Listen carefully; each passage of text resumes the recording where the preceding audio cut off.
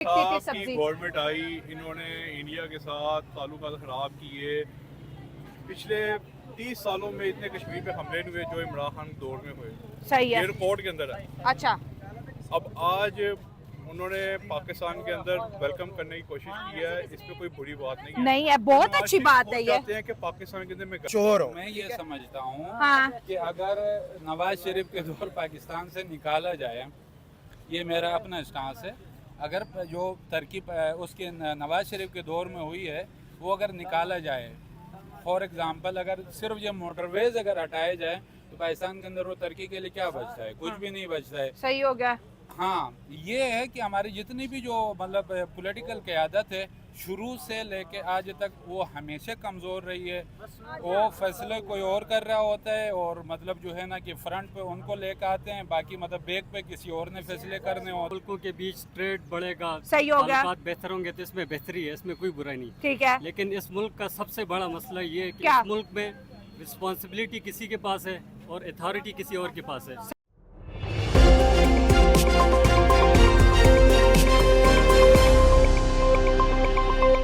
भारत के प्रधानमंत्री नरेंद्र मोदी की तारीफ पाक एक्स पीएम नवाज शरीफ ने की और यहाँ पर जनता ने भी उनका साथ दिया कि हमें भारत की ज़रूरत है अपने ट्रेड को बढ़ाने के लिए, पाकिस्तान की गरीबी को मिटाने के लिए। यानी फिर दोबारा यहाँ पर वो कवायद कर रहे हैं कि भारत उनके साथ मित्रता कर ले। देखिए इस पर क्या पाकिस्तानियों के रिएक्शन है और किस तरीके से वो भी प्रधानमंत्री नरेंद्र मोदी की तारीफ करते हुए नजर आ रहे हैं। एक दफा फिर से पाकिस्तान में मोदी साहब और नवाज शरीफ की दोस्ती की जो गूंज है वो सुनाई दी जा रही है।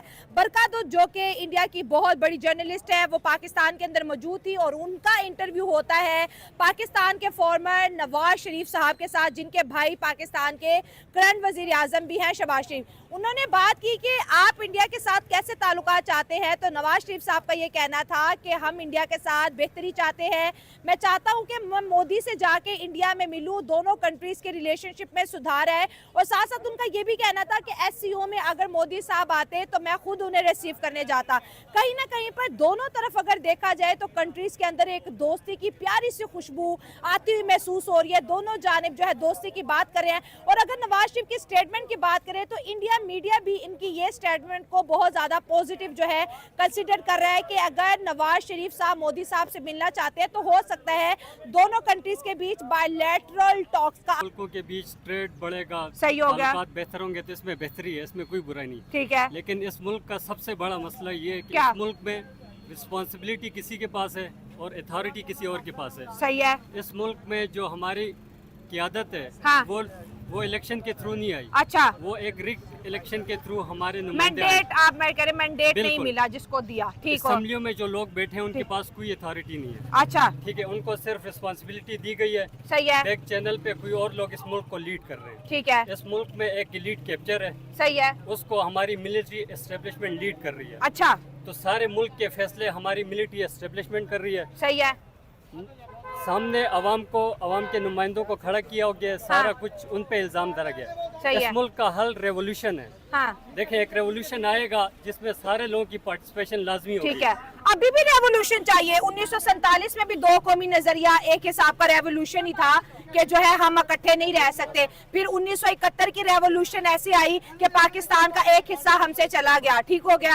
अब एक और रेवोल्यूशन चाहिए। देखें, पाकिस्तान में रियल रेवोल्यूशन अभी तक आया ही नहीं है। नहीं आया, कोई नहीं आया। पाकिस्तान में बिल्कुल नहीं आया। अवाम अपने हक के लिए कोई बोल नहीं रहा। अच्छा, ठीक जब है। अवाम अपने हक के लिए खड़े होंगे तो इस मुल्क में इसका पहले तो आप ये बताएं, ये जो मिस्टर नवाज शरीफ है, क्या अच्छा। इसके पास अवामी मैंडेट है? हाँ। ये किस लिहाज से बात कर रहा है वहाँ पे? अच्छा। एक तो ये फॉर्म 47 की पैदावार है, ठीक अच्छा। है, इसके पास कोई मैंडेट नहीं है। अच्छा। ठीक है, ये अवाम का मैंडेट चोर है। ठीक है, इसका हल्का आता है NA 130, ठीक अच्छा। है, जहाँ से अल्हम्दुलिल्लाह मैं खुद बिलोंग करता हूँ। हाँ। हमने इसको ऐसे धुतकारा है जैसे एक कुत्ते को धुतकारते हैं। ठीक है, हमने इसको ऐसे धुतकारा है, लेकिन फिर भी इलेक्शन कमीशन के सरप्रस्त, ठीक है, फॉर्म 47 से इस बेगैरत को लेके आए हैं। ठीक है, जो कि सबसे ज्यादा ज्यादती आवाम के साथ। सर, अपने ठीक है? पॉलिटिशियन को इज्जत देनी चाहिए। नहीं, बड़ी क्यों सख्त politician? लैंग्वेज यूज कर रहे हैं एक आप। पॉलिटिशियन हो, ठीक हाँ। है, और वो अवाम के मैंडेट चोर हो। मैं ये समझता हूँ हाँ। कि अगर नवाज शरीफ के दौर पाकिस्तान से निकाला जाए,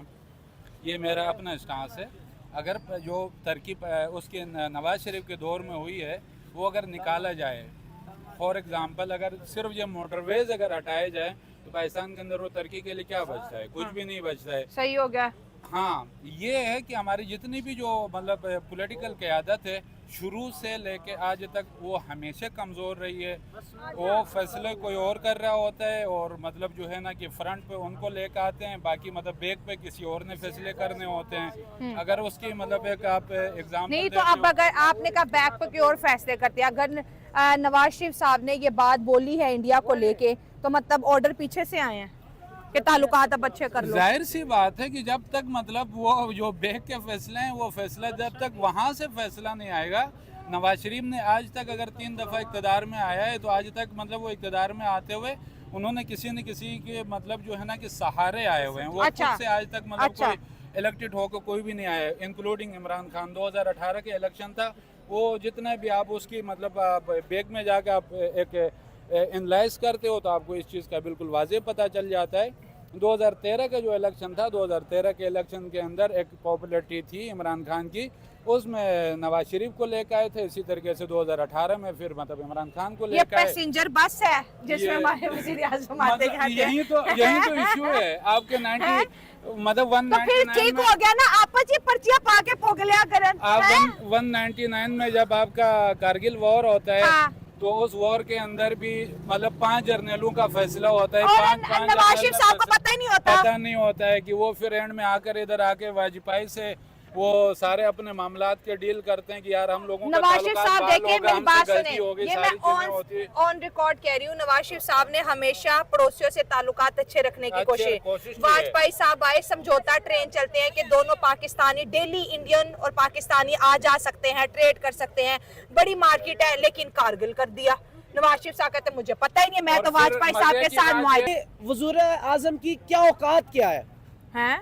क्या औकात है उनकी? कोई 25 औकात नहीं। करोड़ मैं वही अवाम बता के रहा हूँ, नुमाइंदे मैं हैं। इसी बात पे आ रहा हूँ। क्या हाँ। औकात क्या है? वो अपने खुद के फैसले नहीं कर पा रहे, किसी को अदालत उठा के बाहर फेंक रही, कोई मार्शल लॉ लगा रहा है उनके ऊपर, कोई किसी को किस वजह से बरतरफ सर किया जा उनका रहा बड़ा है। अजीब, मासूम सवाल है, वो अक्सर कहते हैं मुझे क्यों निकाला। वो यही तो कह रहे हैं, आप क्यों देखें निकाला? वो ये तो कह खुद रहे हैं। एक सर्च हमारे कर रहे हैं एक काफी वजीर टाइम आजम से नहीं, हमारे हाँ। एक वजीर आजम से नहीं, जो आज तक आए किसी की भी मुद्दत नहीं पूरी हो सकी, तो हमारा मुल्क तरक्की कैसे करेगा? हाँ। अवाम का जो मैंडेट लेके कोई भी आया है, हम इस बहस में नहीं जा रहे। नवाज आया, इमरान आया, जो मैंने इतने नाम पढ़ लिए अब तो मुझे जेहन में भी नहीं किस किस का मैंने नाम हाँ, पढ़ लिया। मुझे वो भी मैं लिख के लगता है डाला कि था। सर- ठीक है, किसी के हमने मैंडेट जिसको भी लेकिन दिया, आज तो नवाज शरीफ ने अच्छा काम किया है ना मुल्क के लिए, वो उसकी भी तो तारीफ कर दो। 3 दफा का वजीर आजम है, हाँ। वाहिद नवाज शरीफ है। हाँ। तीनों दफा में क्या था इनके पास? जब ये इन्होंने एटमी धमाके किए, उस वक्त ये था जी मैं किसी की दबाव में नहीं आ रहा, तो मैं एटमी धमाके कर रहा हूँ। उस वक्त हमें अमेरिका ने वार्न किया, अगर तो वो